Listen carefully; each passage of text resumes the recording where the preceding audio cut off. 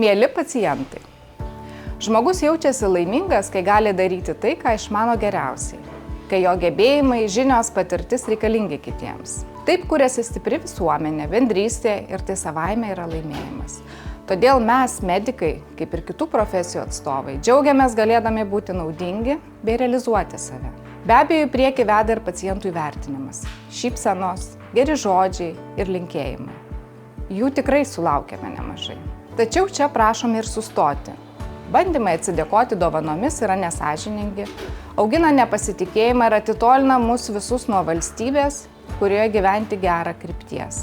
Lietuvos sveikatos mokslų universiteto Kauno ligoninės darbuotojai vadovaujasi sąžiningumo, aukštos moralės ir etikos principais. Siekiame kurti atvirą, pagarbą ir bendradarbiavimu grįstą santykį su savo pacientais bei partneriais.